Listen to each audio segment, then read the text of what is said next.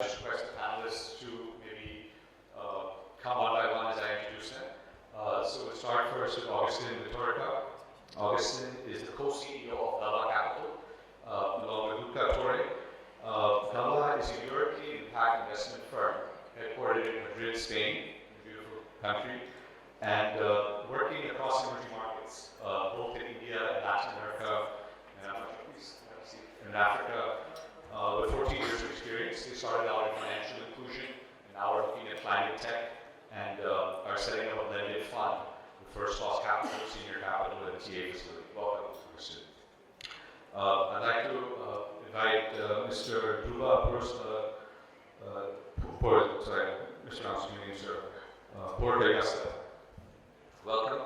Dhruba is CPI, Climate Policy Institute's India Director, where he leads and guides the overall development of the innovative finance platform, policy solutions with the government of India in renewable energy, and the green growth plans of India. He's also the director of the US Clean Energy Finance Facility, for which CPI is a project manager. I'd like to call Sardi Sharma. Sardi is the founding partner at Green Artha Capital, an early stage climate VC fund. She has again been working in India in the space of sustainable investing for many, many years. Before Artha, she was founding CEO of AIC Sangam, which established India's first government-recognized clean tech incubator, while also having structured several mechanisms for clean tech investments. I'd like to invite Nirav Khambhati, CEO of the brand newly formed Indian blended finance company. Nirav, very recently, was a partner at Kaizen Private Equity, one of the leading education-focused private equity firms in the world.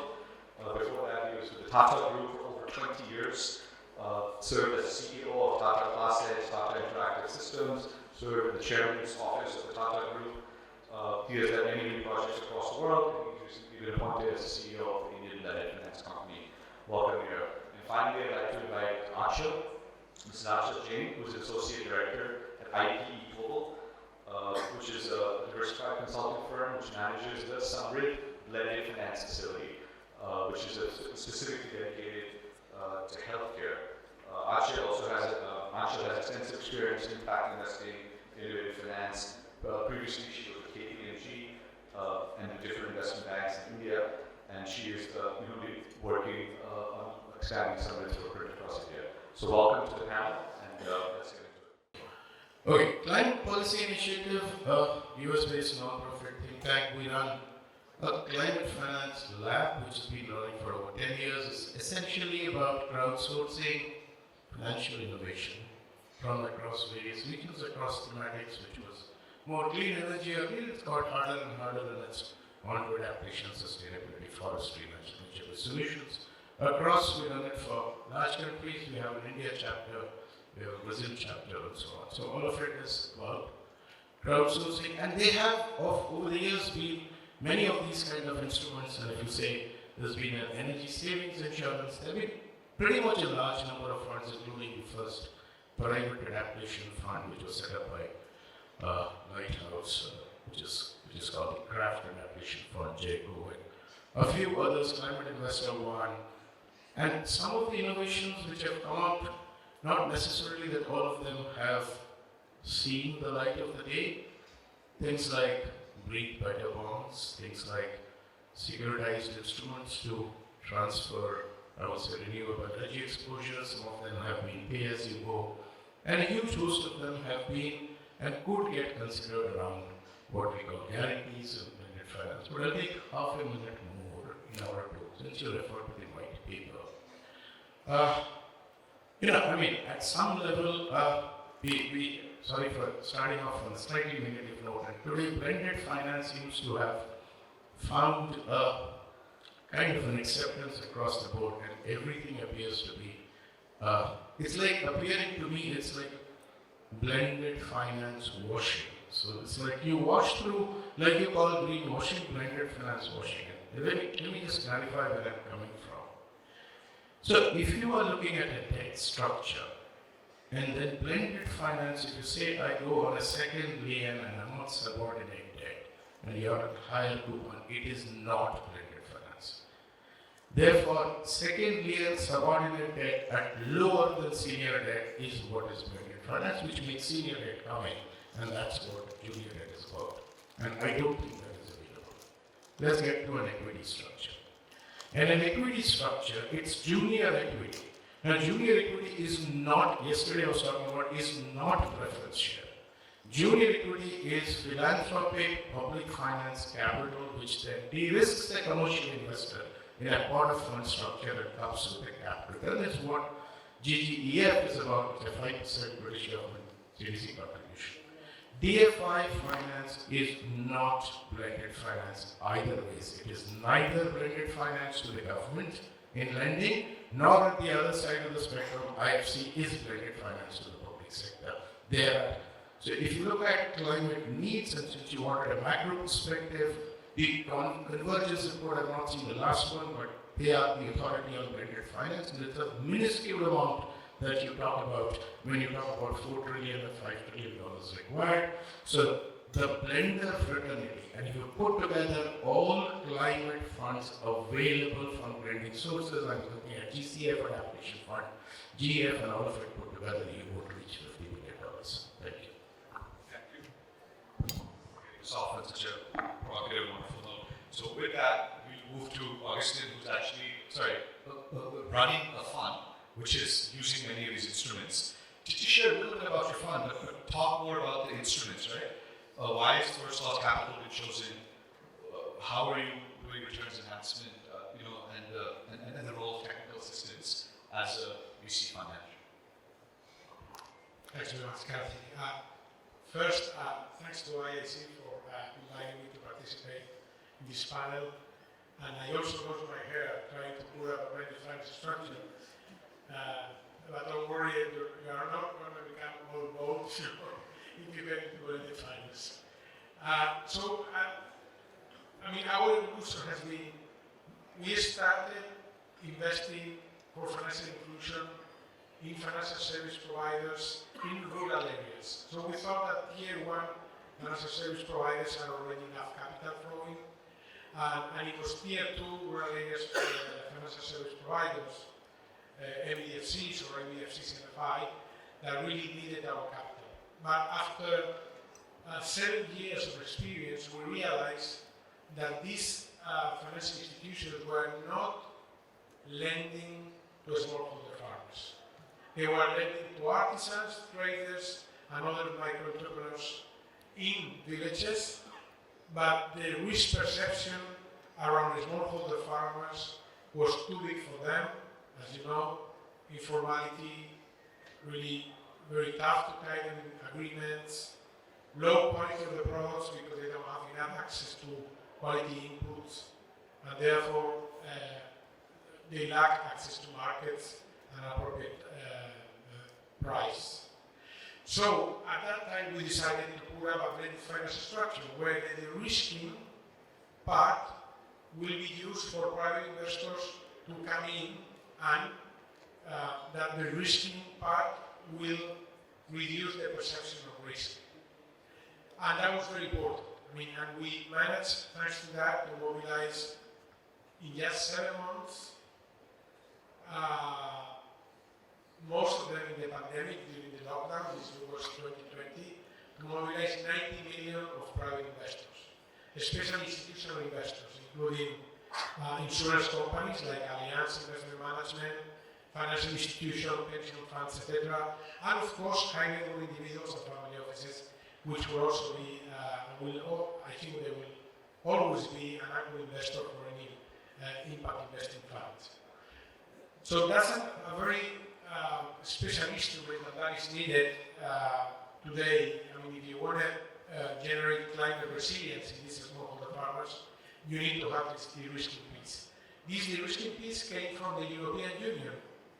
And you may not be aware that the European Commission had 50 billion euros of catalytic capital to be disbursed in funds that invest in Asia, specifically. And of course, in Asia, India is the most important country. So for those of you thinking of establishing a blended finance fund, the European Commission has an extraordinary source of catalytic capital. But then there was another instrument that is also essential today, which is what we call a return enhancement instrument. No? So this return enhancement instrument is, in our case, in the government of Spain, that is not going to be junior to the private investor. It's going to be pari passu to the private investors. But when the return hits between 1 and 3% per annum, all the excess return is given to the private investors. So the private investors are able to obtain really what is called a risk-adjusted market return, which is extremely important today where we're seeing high interest rates and high inflation in developed countries. Today, the risk-free rate in many European Union countries like Spain is about 4%. So you know, when no risk is giving you 4%, if you want to invest in emerging markets in India, specifically for climate resilience, you should be providing returns in excess of 10% that make capital preservation possible. So that second instrument was very important. And the last one, the TA, the technical assistance, that's essential. It's essential to design the product. So we use in GABA what is called the system change or systemic change approach, which is to design something that works for smallholders. You need to give voice to the community. You need to give voice to the different stakeholders, financial institutions, and players in the value chain, including the smallholders themselves, to understand what are the issues, what are the blocking points, what are they needed, and the technical assistance allows you to do this.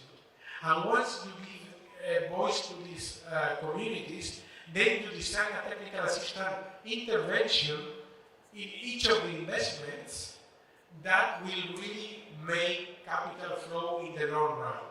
So this is about, and I was hearing this morning about local ecosystem transformation. Because this is not one shot. It's not GABA Capital coming with a ready finance fund to generate climate resilience while we are investing.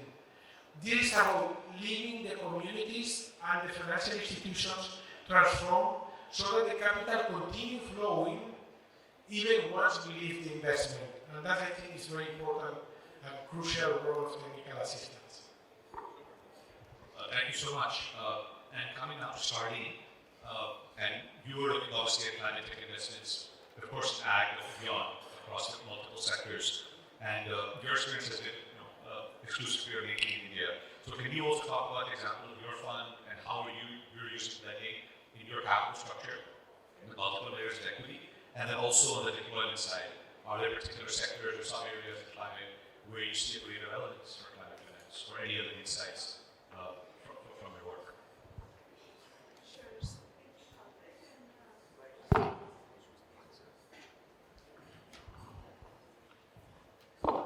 Thank you everyone today, ISU, for arranging this panel.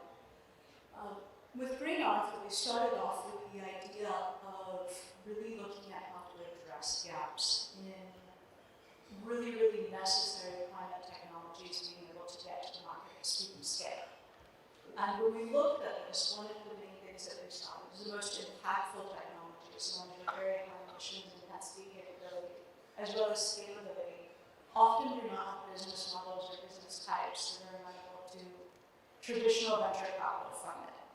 And so we stepped back and we said, and we also saw that many of those technologies were not getting past a typical technology readiness level of Becker Soups with the incubation and acceleration support that was in the market. So we were seeing both that there was a support gap as well as a capital gap. And as a firm, we set out to address these types of gaps. So we first looked at, from the capital side, what needed to be done to bridge this.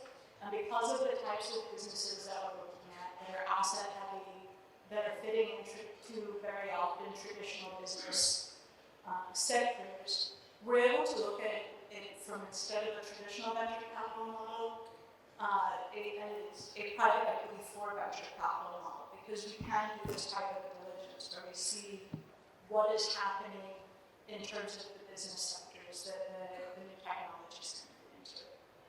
The second piece was that we saw that there was a really significant gap in technology demonstration and commercialization, so that the technologies could get to where the businesses that might absorb them were comfortable with them, as well as that the business models that they were using were viable to be accepted by the market. And that very much has driven many of the businesses in the area. Typical business that's not in the 50 has less than 2 months of cash on hand. So we can't expect them to take up large capex purchases. So we really designed a structured equity, and we don't call what we're doing blended because we've heard the joke, blended capital is taking our grant and equity or a grant and debt and mixing it all together and having more grants. We're not doing that. We're taking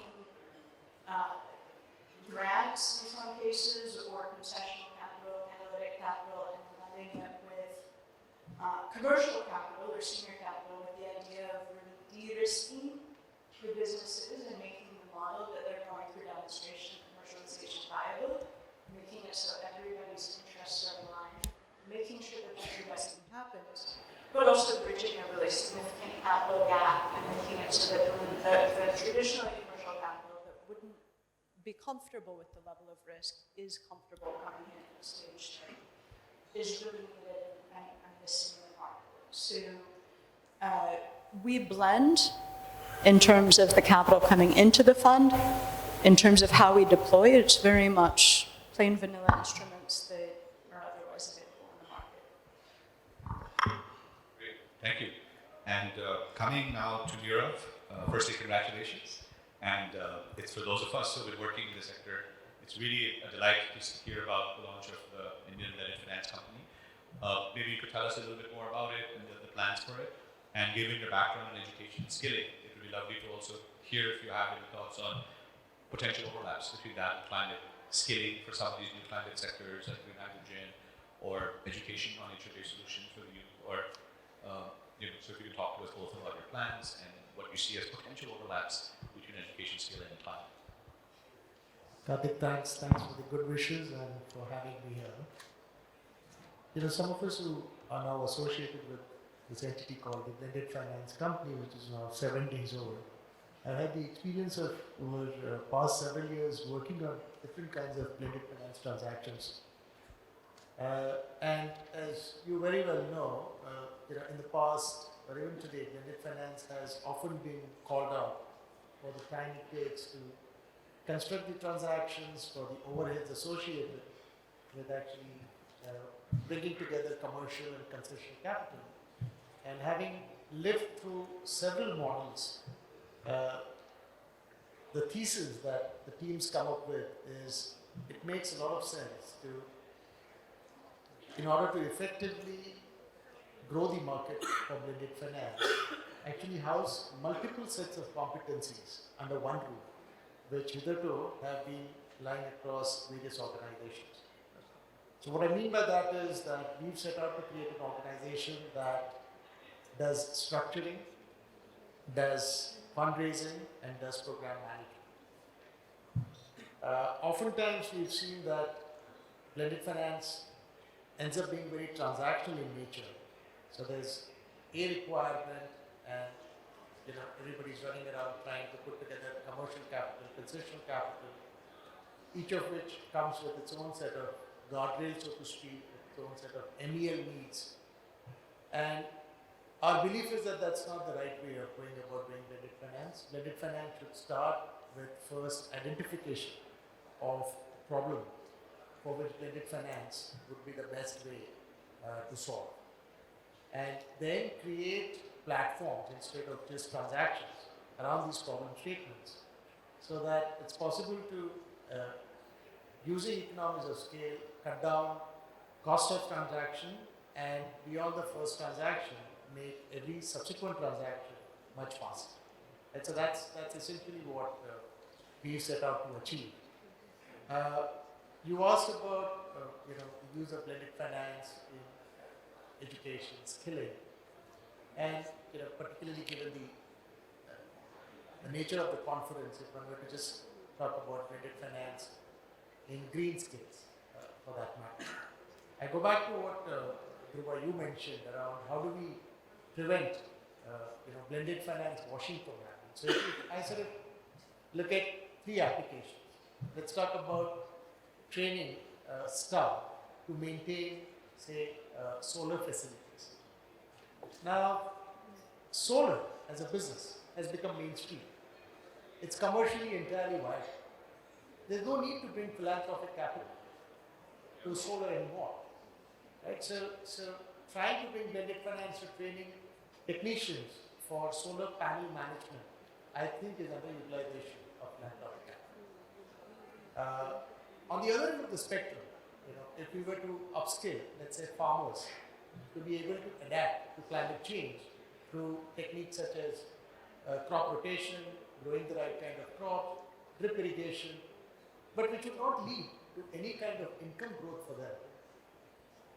You can't bring blended finance because the commercial capital will never get adequate returns. So that's a use case entirely for philanthropic capital, right? But on the other hand, let's look at training technicians for electric vehicles. Now that's a market that we know is definitely bound to grow. And the Indian government's ambition is to have 30% of the fleet as electric by 2030. And you are in sort of a chicken and egg situation where unless there are enough vehicles on the road, the technicians are not motivated to train themselves. And unless there are enough technicians, consumers are not motivated to buy electric vehicles. Now that's a problem where you could apply blended finance because you clearly have an exit path for the soft capital to then leave that space, hand over to commercial capital, and move on to solving other problems. So that's how we look at blended finance. Ensuring that we're not crowding out commercial capital, where commercial capital is entirely viable, and not being foolish enough to dabble in spaces where the need is entirely philanthropic. Awesome, that's fantastic. Thanks for that. And coming finally to Anchal, can you talk us a little bit, because I think Samred is one of the pioneering funds that has actually been running a active blended finance facility in healthcare, and now is looking at doing so in climate and some areas like the circular economy. So you guys have a tremendous amount of actual on-ground experience. So share with us, what have been some of those practical challenges of implementing on the ground? What do you feel is required for a successful blended finance transaction?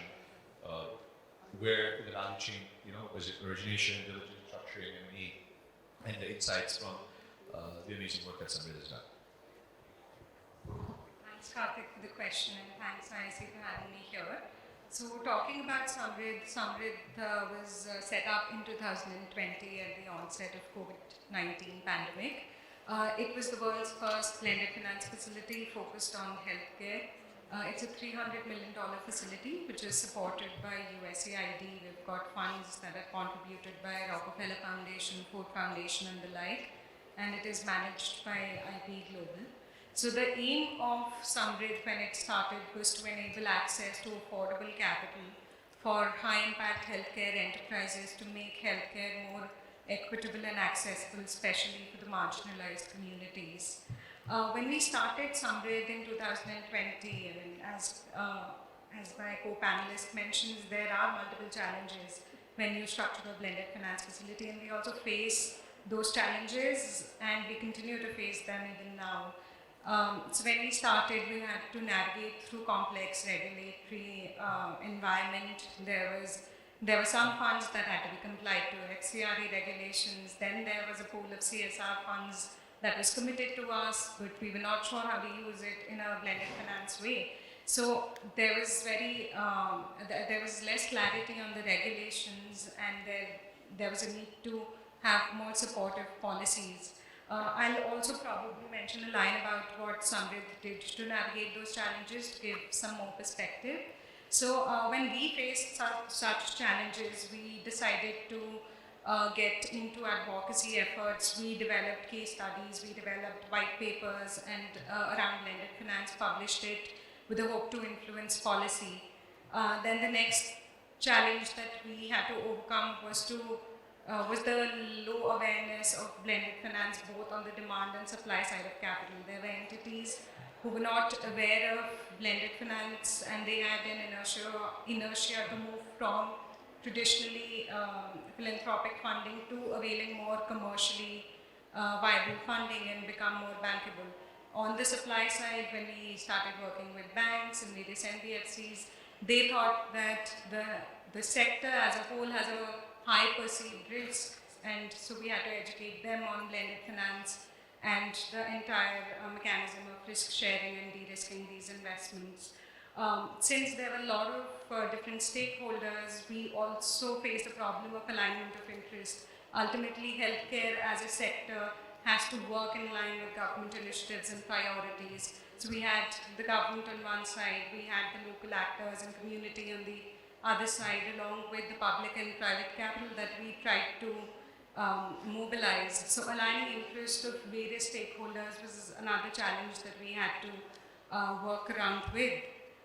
The next challenge that we faced after we had structured a facility was to devise a blended finance structure, wherein the problems that we encountered were more around high transaction costs and timeline it takes to structure one particular blended finance instruments. I mean, we've seen how impact bonds are structured, the transaction cost is high, and even the timelines are very high for those instruments.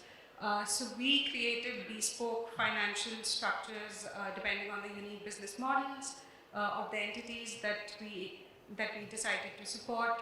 We also created templatized models which can be replicated and are widely applicable with some tweaks. We are also in the process of drafting some SOPs for wider dissemination so that the overall blended finance transactions become more replicable and scalable. The last and probably the most important challenge that we continue to face right now is around MLE. The entities that we support, many of them do not have a very robust and transparent monitoring and evaluation system. So we have to literally handhold them on the correct practices of recording and reporting the right social indicators to assess the social impact that we've created on ground. So yeah, these are the few challenges that we face, and I think most, if not all people in the audience also would face similar challenges, but I think because the challenges that we face are common, so the concentrated efforts would move towards making it better for everyone. Super. No, this is wonderful, and it's great to see that you guys are so open to share that and the white papers and the templates that you put out, and therefore the efforts of the IIC and the IDFC of bringing all of us together. Because Nirav, you mentioned about the platform approach. So we have about 20 minutes left. I just want to ask one question of all the panelists, starting with Dhruba, and then please, we would like to open it up for the audience as well. So if you have any sharp, provocative, very focused questions, please get them ready.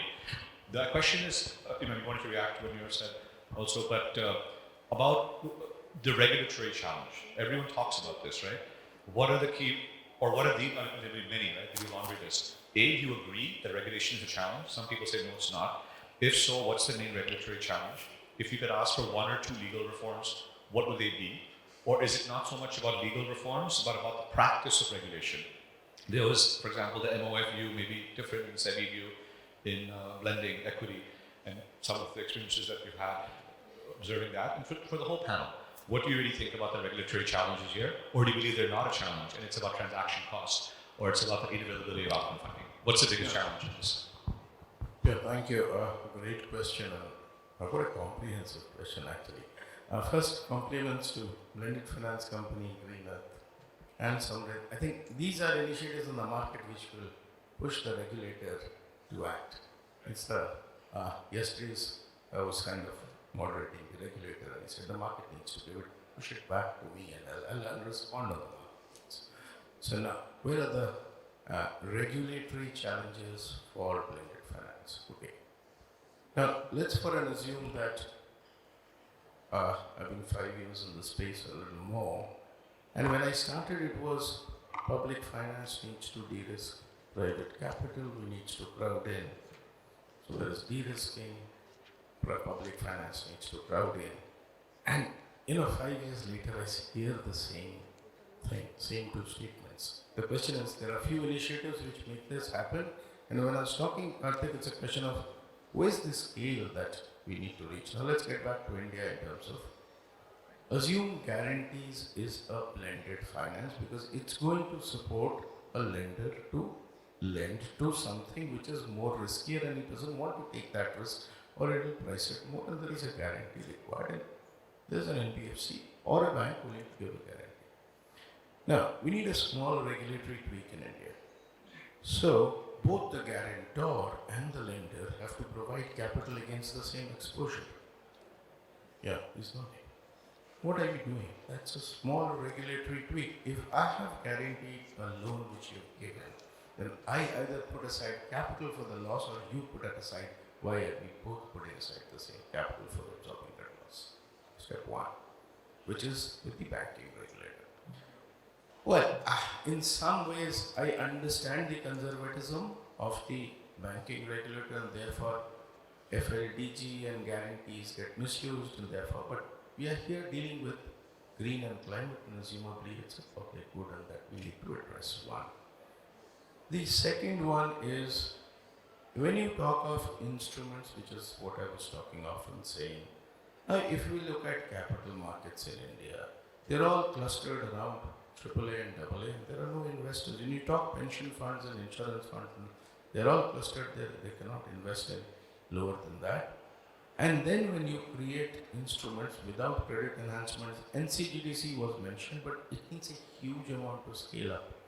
So, credit enhancing bonds so they get into the investment grade and beyond and get into the secondary market scale for that matter, or maybe allow for a lower end bond market to happen and don't constrain that from where the capital needs to go and limit itself there, which means our bond markets are not developing, it's only the government bond market. So one, the third and the last one, I think I dealt with it yesterday also, is for allowing different classes of shares coming into the fund structures, which we don't have it.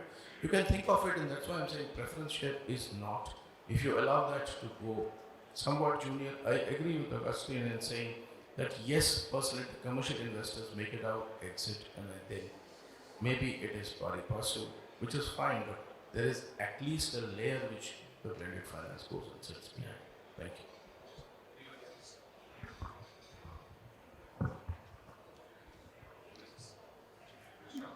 The one thing I would just add to what Dhruba had already shared is when we look at the types of investors who are putting capital into these types of instruments, they are actually already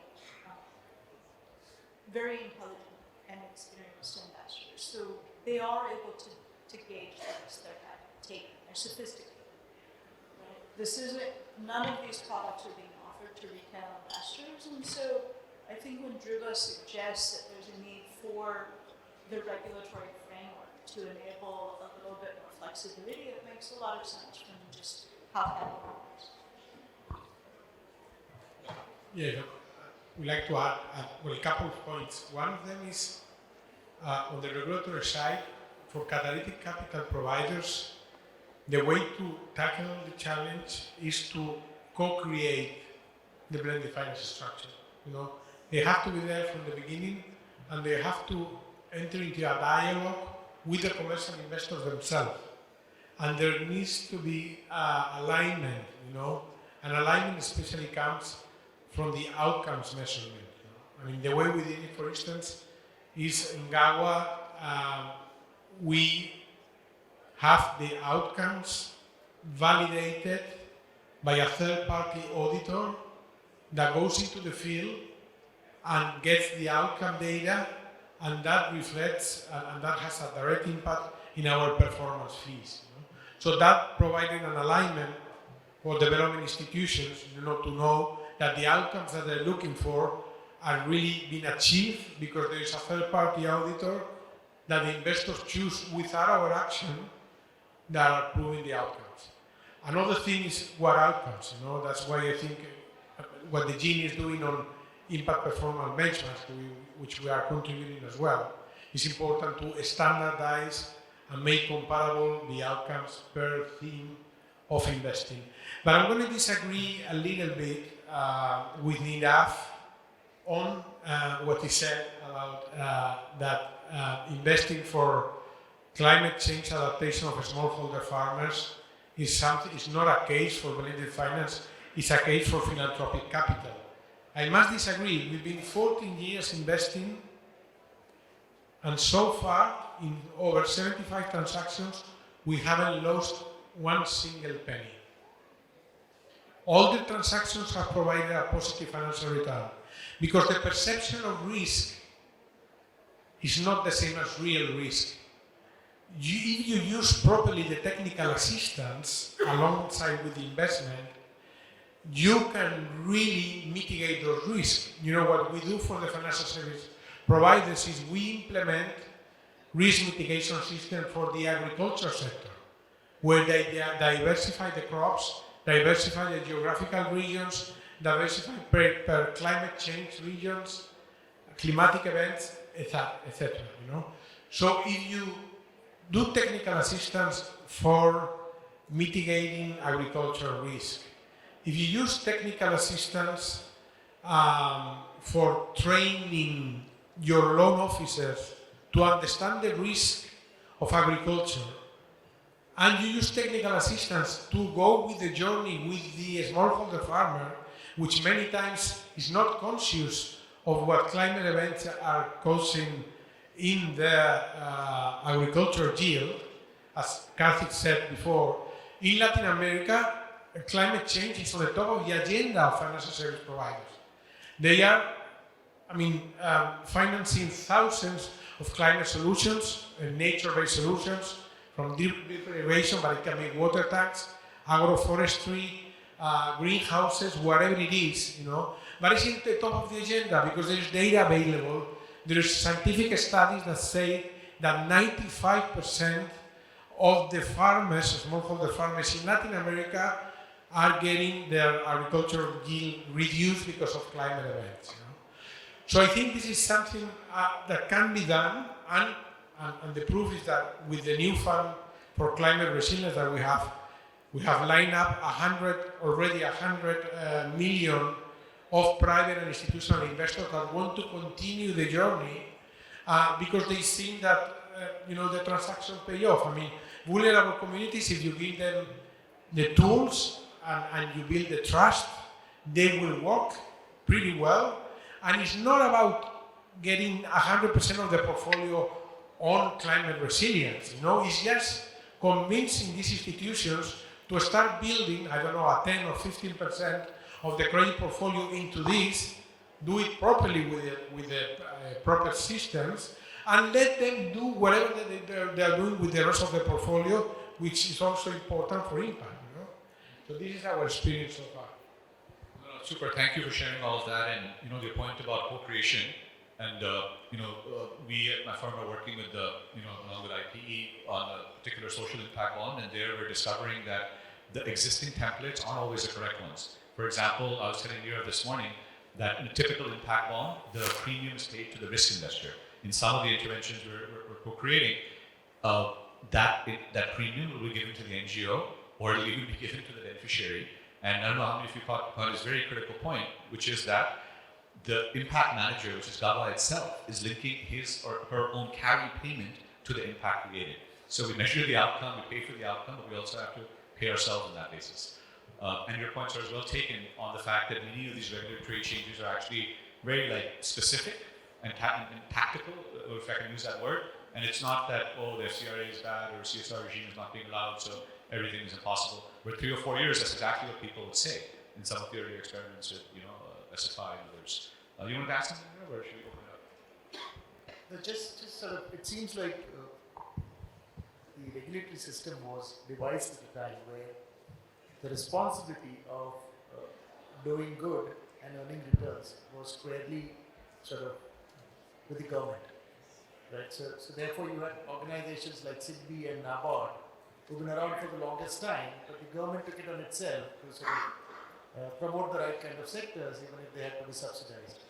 Now things are changing, and the private sector is actually playing a far more active role. And in that context, being able to bring together philanthropic money with commercial capital, I think the regulatory system is, of course, made giant strides, but perhaps needs to do a bit more. And things like social stock exchange are a great thing to happen. But even now, every time an impact bond needs to be constructed, the guys who get the most benefit out of that are the lawyers, right? Well, it's a great statement of intent, but the regulations, whether it's about impact measurement or instrumentation, need to be aligned, and that's exactly what we're all supposed to do together. So, I just want to pick up one point that you mentioned and talk more about it because that's equally critical, is to provide technical assistance along with the blended finance. Once the capital is available to a high impact enterprise, whether it's philanthropic, private, or a combination of the two, the next step is to utilize that capital to its best use, and that can come from technical assistance, which can be in multiple forms. At Samrid, we even help the entities in framing their go-to-market strategy, help them access new forms of capital, help them in their equity raise, debt raise, going to newer geographies, enabling technology transfer, even helping them have a robust reporting system both for financial and social parameters. So, and that is also one of the building blocks and that we have imbibed in Samrid, and that I feel is very critical. So I just wanted to sort of pick that point and emphasize on that. We should definitely ask, we've got about 5 or 6 minutes left, so are there any questions? Yes, there's one over there, and maybe you can take a couple of them if there are. Anybody else? Okay, just one question, and then one over here. Let's maybe take 2 questions. Emergent Ventures India, we are a climate change sustainability advisory firm. So I think in terms of developing the construct of blended finance, the 3 parameters that seem to be important essentially, one is to reduce the cost of final, let's say, lending. The second is to maybe de-risk it through some guarantees or otherwise. But I think the important part that is not stated as it is the fact that the blended finance products and especially grants can really be used to strengthen the project that you are developing. For example, improving the returns, reducing the risk, improving access to supplies, getting access to markets, improving the financial closure risk, right? So there are a number of things that we can actually do, including capacity building, as I think Anchal was saying. So I think this construct should be built into the whole construct of blended finance itself, that one objective of blended finance should be to be able to demonstrate how a viable project can be developed in the area that you are working in. And because the capital is not flowing to these areas, there are immense opportunities available actually for improving the returns if you actually bring in the right insights and knowledge. So I think this is what should be built into the whole construct of blended finance. Thank you for your comment. I think we have a question over here. And you're absolutely correct. And are there any other questions in the room? Are you last? Hello. Yeah, thank you. So my name is Srinivas. I build solar power cold rooms, which is one of the mitigation solutions that were described. So one thing which I want to understand is too much of financialization of a solution which is seen as the most important, one of the most important interventions. Is it good or bad? In the sense that what we are trying to address as a cold chain service provider is the very invisible post-harvest loss, which is because of climate and humidity, temperature and so on. Now, invisible because the farmers don't see it. They can't put a meter to see the post-harvest loss phenomenon.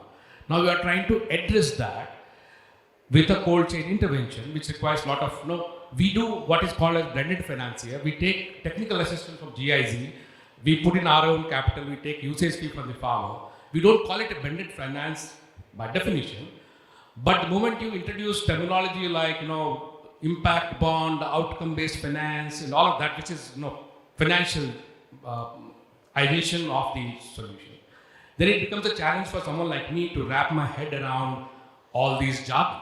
A jargon because I'm an engineer, I don't understand finance, right? So how do we kind of address this too much of financialization of a seemingly simple solution? What happened to the housing market, real estate, when Wall Street took over? We all know that, right? Hopefully something like that should not happen in the agriculture space. thank you for stating that. Too much jargonization, complexity, different frameworks, it's all part of it, right? And we do need to simplify. So we'll just take Hari's question and then request any panelists to answer any of the questions. Hi. A quick question. When you're looking at risk mitigation through blended finance, one is you're mitigating credit risk, where where very high risk pools of capital have taken credit risk mitigation instruments, and you've seen the examples in case studies. But there are other risks too. For example, with much of the equipment folks, there is product risk. The product's not proven. Say, there's not enough track record from, say, a risk assessment, LGD, or what's the loss given default, the salvage equipment. How do you mitigate that risk? For example, in the commodity space, there's price risk to be mitigated, and very few price risk guarantees which are there. And there are some examples which we run in the foundation, but can blended finance address risk other than credit risk, which is like technology risk, product risk, or price risk? Great, and maybe we could just go down the panel and maybe use this also as an opportunity of closing comment on how do we move beyond financialization and jargonization. Two more points, just two more points. We're very quickly, sir. Just Please. the second thing is the intermittency of the crop itself and the intermittency of solar. So we are addressing two more things. The crop cycles are intermittent, the solar power is intermittent, and then we have this climate risk and so on. On top of it, we have this financial. Understood.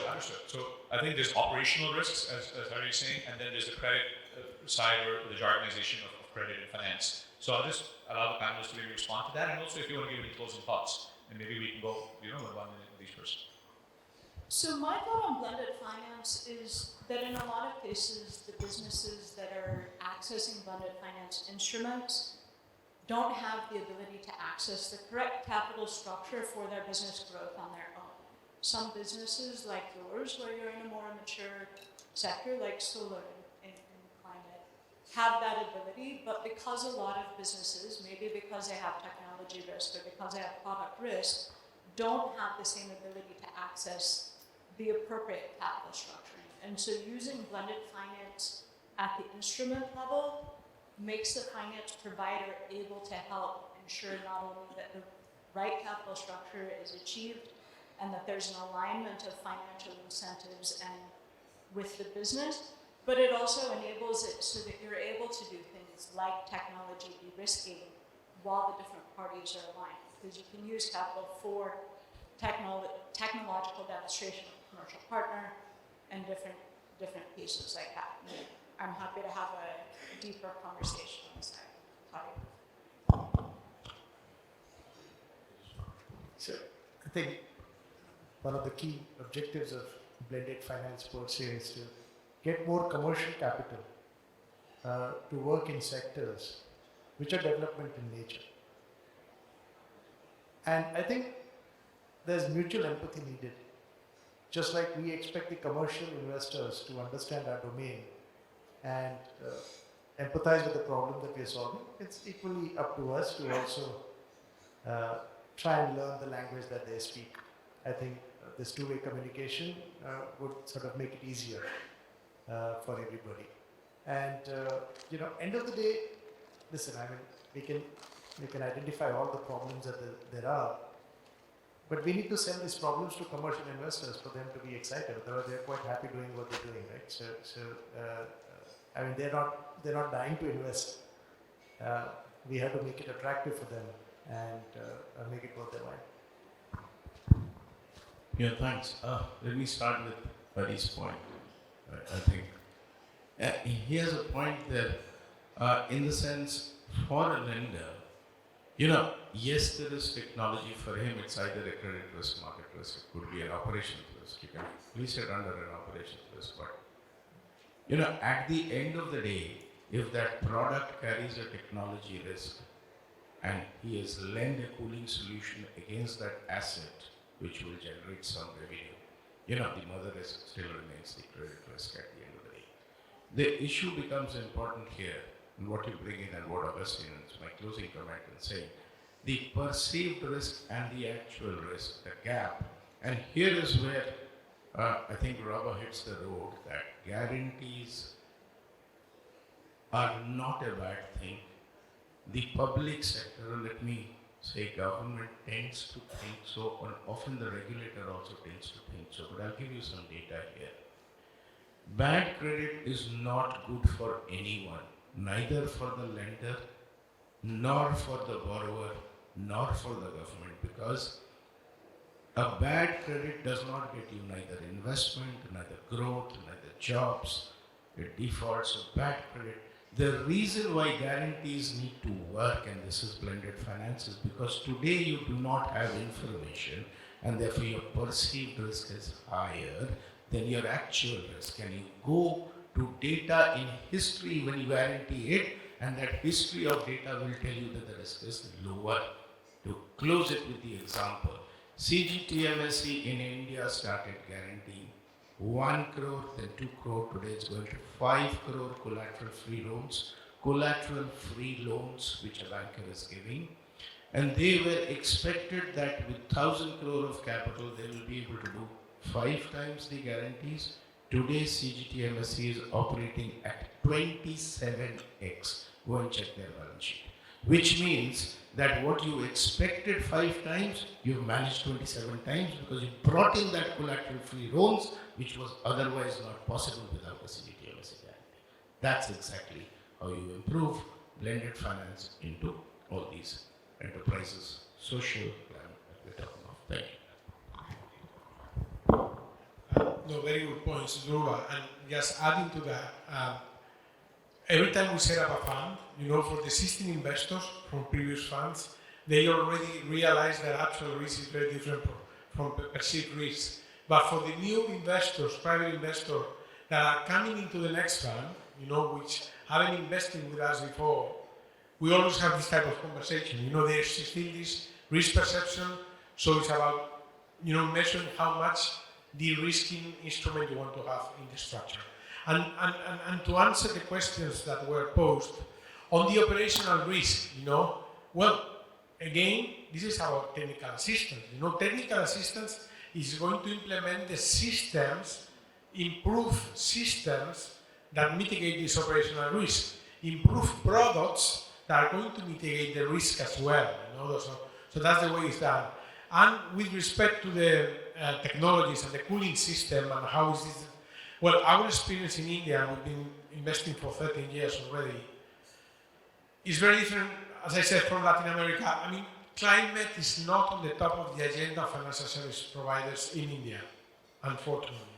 And that's the way, because of the way the financial inclusion industry has been set up in India.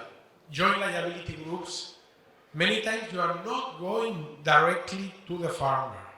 So to really finance a cooling system for an individual farmer, first, what the financial service provider needs to do is to start lending individually.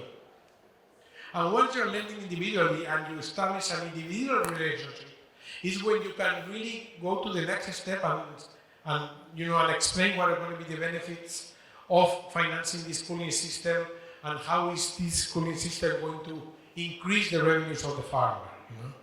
So it's a whole journey, But blended finance, being more patient, gives you time to do this journey with the farmers. I think I also agree with most of the points, but I'll just say one last thing. I think the key is to form partnerships and create an enabling ecosystem so that the blended finance community as a whole matures, and then products like impact bonds or any outcome-based funding are not so unheard of or complicated to understand. I think overall it's all of us responsibility to create more awareness, to create more knowledge products and advocacy around such instruments. Also, it is our job to create, to sort of bridge the gap as Nirav also mentioned, between the perceived risk and actual risk. So talking about operational risk, we work with a lot of leading banks in the country, and when we design an intervention with them, we tell them that we will give our technical evaluation report to you, basis which you can then take informed credit decisions about the newer technologies that are coming to market. So those kind of interventions need to be promoted more. It is not just about creating a partnership on paper and signing MOUs of XYZ financial commitments, but it is also about promoting measures to reduce and to balance the risk-return spectrum? Wonderful. I think we've already gone a few minutes over, so I won't attempt a summation, but just to say that I think this was a wonderful panel. I hope you agree. There's definitely jargon that needs to be simplified. Advocacy is critical, but that's why we have discussions and conferences and panels like this, and in this newly emergent space. All of us are here, talking about it, sharing our thoughts. We know that, we need to do better, but that's precisely why we have such gatherings. And just one thought I'll leave you with, since we are at an IIC gathering, I've been very fortunate to associate with IIC right since the outset. As some of you know, served time on its board and spent a lot of time with this leadership team. From 2005 onwards is when I started entering this industry. The IIC was formed 5-6 years later. So if from 2005 to 2020, there were 5 impact funds at that time. People would just laugh at us. Hey, what is impact fund? I won't name them, but some of those institutions are with us today. There's Ignatius in the room from Omnivore. Let's just name them Avishkar, Low Capital, United Cascade members.